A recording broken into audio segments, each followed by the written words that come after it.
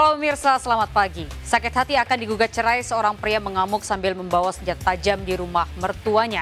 Akibatnya kakak sang istri tewas, sedangkan istri dan mertuanya kritis. Saya Lady Marina. Kita jumpa lagi di program Berita Kriminal. Bersama kita akan mengungkap dunia kejahatan dengan berbagai laporan kriminal dalam Sergap.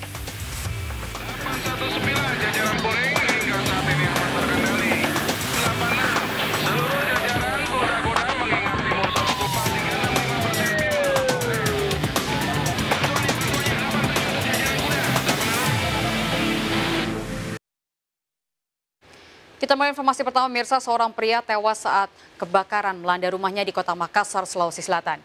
Jasad korban ditemukan di ruang tamu rumahnya dan kobaran api juga menghanguskan 4 sepeda motor.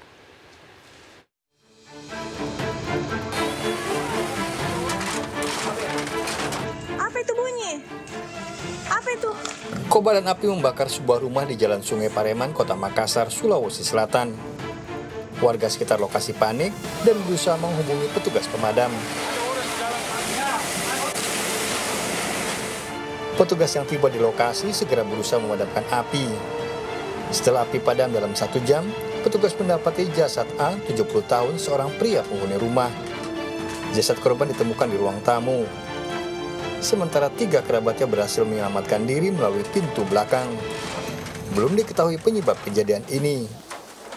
Setelah itu kita dapati satu korban yang letaknya di sebelah kiri ruangan dekat di ruangan tengah sebelah kiri, berjenis kelamin laki-laki, itu umur 70-an ya.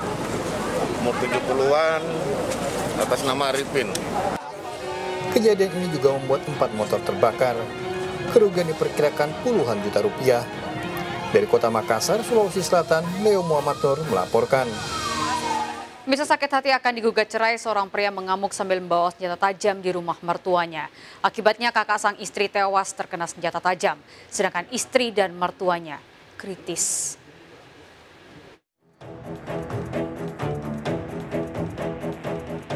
Warga Gang Nilam di Jalan Profesor Dr. Hamka, Kota Pontianak, Kalimantan Barat, dikejutkan pada kasus penganiayaan satu keluarga oleh seorang pria. Garis polisi juga sudah terpasang di lokasi. Akibat kejadian ini, 1 korban tewas dan 2 lainnya dalam kondisi kritis. Peristiwa berawal saat pelaku A mendatangi rumah mertuanya di Gang Nilam, Kota Pontianak dengan membawa senjata tajam. Pelaku pun langsung mengunci rumah dari dalam dan menganiaya anggota keluarga termasuk istrinya. Akibat kejadian ini, kakak sang istri tewas sementara istri dan mertuanya dalam kondisi kritis. Awalnya warga sekitar mengira terjadi perampokan, sehingga tidak ada warga yang berani mendekati rumah korban lantaran khawatir jadi sasaran senjata tajam pelaku. Yang kami kira tuh perampokan, soalnya apa, kacanya dipecahkan. Terus kiranya kami perampokan, ya terus warga tuh ada yang melihat bahwa pelaku ini ada bawa sajam, jadi kita tidak berani. Motif pelaku berbuat nekat diduga sakit hati lantaran pihak keluarga istri meminta pelaku untuk bercerai. Niat untuk menghabisi istri dan keluarganya. Jadi korban sekarang ini 1 meninggal, 2 masih kondisi kritis, yang 1 adalah kakak istrinya, kakak dari istri, yang 2 si istri sendiri sama orang tuanya. Akibat pembunuhan berencana ini, pelaku terancam pidana. Dari Pontianak, Kalimantan Barat, Faisal Abu Bakar melaporkan. Mayat seorang wanita ditemukan terkubur separuh badan di bekas bangunan rumah di Malang, Jawa Timur. Dari kondisinya, korban pembunuhan ini nyaris tidak dikenali.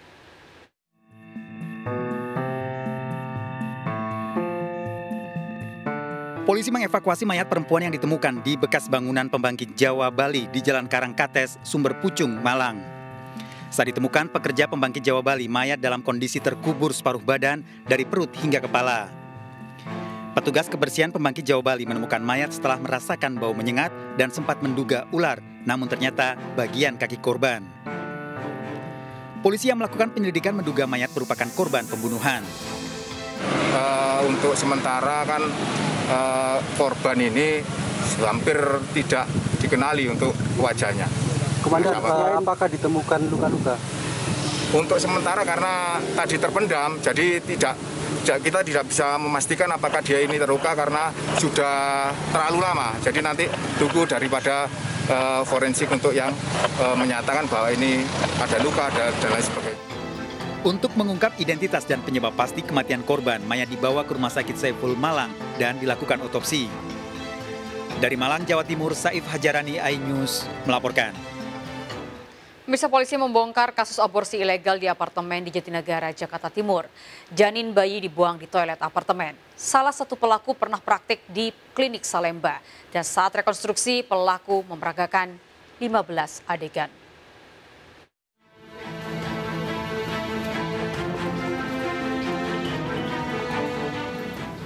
Rekonstruksi kasus aborsi di apartemen Jatinegara, Jakarta Timur diawali dengan pertemuan 3 orang pelaku dengan calon pasiennya di lobi mal. Para pelaku yang bukan tenaga kesehatan ini kemudian mengajak calon pasien ke tempat praktek di lantai 27 Tower C apartemen di kawasan Jatinegara, Jakarta Timur. Dalam proses aborsi, pelaku membuang janin bayi ke toilet di apartemen. Selama sebulan, praktek aborsi bisa dilakukan hingga 10 kali. Saat rekonstruksi, pelaku memeragakan 15 adegan. Kasus ini merupakan pengembangan dari kasus aborsi di Jakarta Pusat. Dalam kasus ini, polisi menangkap 3 pelaku aborsi dan seorang pasien. Di sosial media yang para pelaku ataupun juga para pencari korban ini untuk para korban mencari para pelaku untuk melakukan aborsi. Sekali aborsi mereka berapa biayanya, Bang? Lebih kurang ada yang 15 juta, ada yang 10 juta, ada yang 5 juta, variatif tergantung dari bulan dari kehamilan. Usai rekonstruksi, ketiga pelaku kembali dibawa ke tahanan Polda Metro Jaya. Dari Jakarta, Rio Manik melaporkan. Bisa seorang warga kehilangan motornya di Pramukasari, Cempaka Putih, Jakarta Pusat. Komplotan pelaku tergolong nekat lantaran beraksi pada siang hari saat warga ramai dan permukiman padat.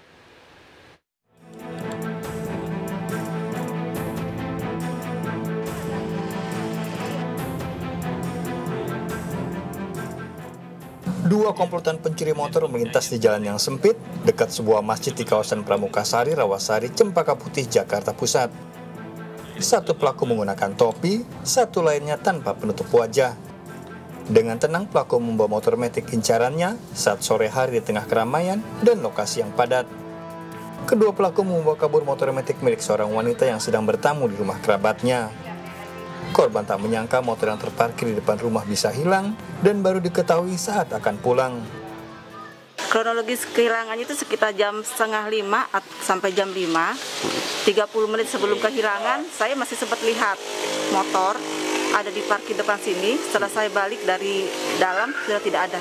Kebetulan di sini tidak ada CCTV, sama sekali tidak ada, jadi tidak bisa kepantau oleh CCTV. Kasus pencurian motor telah 4 kali terjadi. Berbekal CCTV, korban melaporkan kasusnya ke polisi. Dari Jakarta, Rani Sanjaya melaporkan. Misal seorang wanita di Cakung, Jakarta Timur menjadi korban penipuan pria yang mengaku anggota TNI melalui media sosial. Pelaku datang ke rumah korban saat orang tuanya meninggal, namun membawa kabur laptop dan telepon pintar. Pelaku ditangkap korban saat akan menjual barang yang dicurinya. Percaya orang aku di sini nongkrong kok. Dia ngapain Bang itu, Bang? Bang. Mampir dong.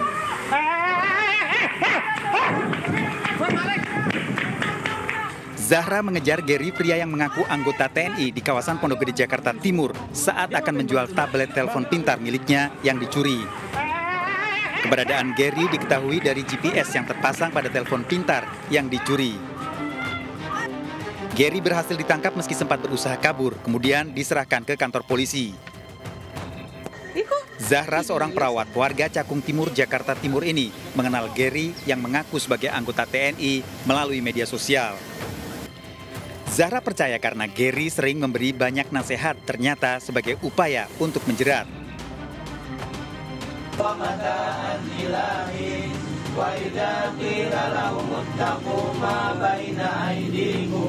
Gary selama ini juga bersikap sopan pada keluarga Zahra. Bahkan saat ibu Zahra meninggal, Gary rutin ikut mendoakan bersama warga sekitar.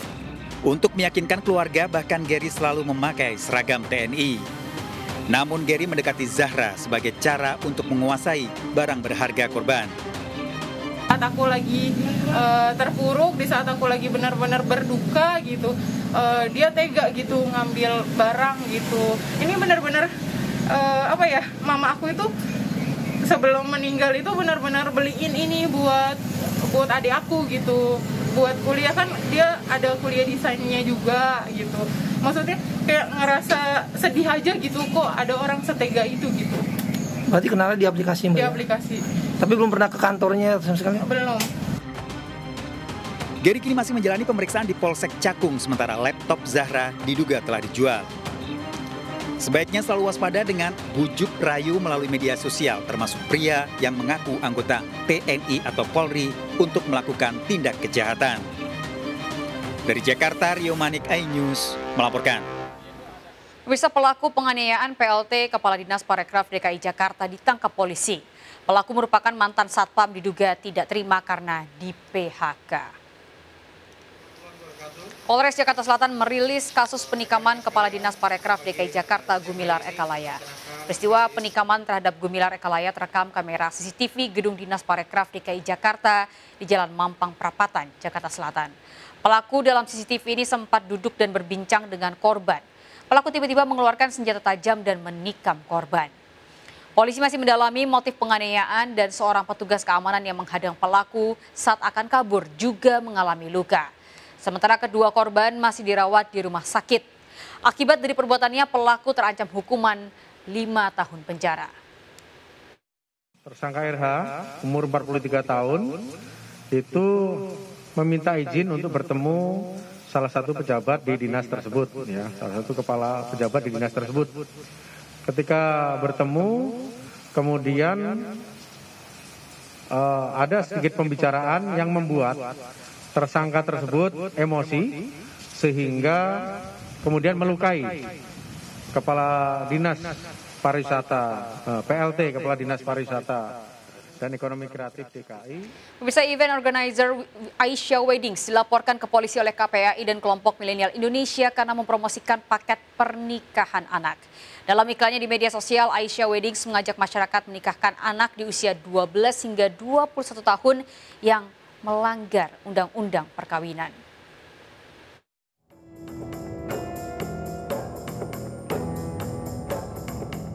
Kelompok masyarakat yang tergabung dalam Milenial Indonesia melaporkan I.O. yang bernama Aisyah Wedding ke Polda Metro Jaya. Dalam iklannya di media sosial, Aisyah mengajak masyarakat untuk menikahkan anak di usia 12 hingga 21 tahun. Pengelola I.O. juga menulis jika perempuan hanya menjadi beban orang tua sehingga harus segera dinikahkan. Kita sudah ke PPA, sudah konsultasi, agak lama karena memang kita harus mengkaji ini lebih jauh agar menyeluruh. Jadi kami mengenakannya undang-undang